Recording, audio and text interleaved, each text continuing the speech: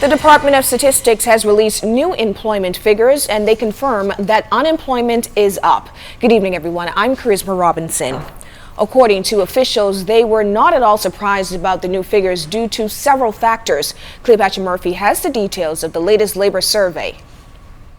Unemployment in the country has jumped to 14.8%, up 2.8% from the last labor force survey released by the Department of Statistics in May. Figures released by the department today show that unemployment has risen to 15.9% in New Providence, up from 12%, and unemployment in Grand Bahama now sits at 14.2%, up from 12.9%.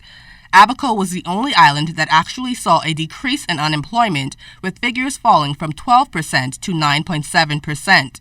Youth unemployment among those 15 to 24 now sits at 30%, up from 25.3% in May. They continue to be the group most largely impacted. The layoff of nearly 2,000 Bahama workers contributed to the unemployment increase, but statistician Cipriana Winters says other factors played a role. I take you back to the youth unemployment rate.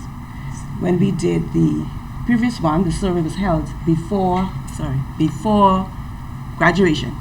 And so we have to take into account of all those school leavers coming into the labor force that contributed to even the growth in the unemployment rate. The labor force is now made up of 212,195 people, with men accounting for just over half, at about 51%. Women, however, make up the largest segment of unemployed at 17,640, while 13,735 men are unemployed. In New Providence, while the number of persons in both the labor force and employed labor force was almost equally distributed by sex, men outnumbered women in both groups. However, in Grand Bahama, women outnumbered men in all categories.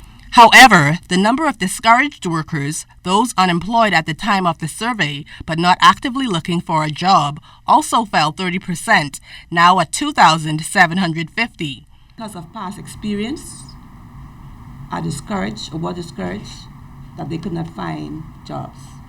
Now, we did not investigate to see if any of those kind of workers, but we know that at the time of the survey, which was the last week of the reference period, which is the last week of October, they were not employed. Now, we have to take into account also that the hurricane passed through.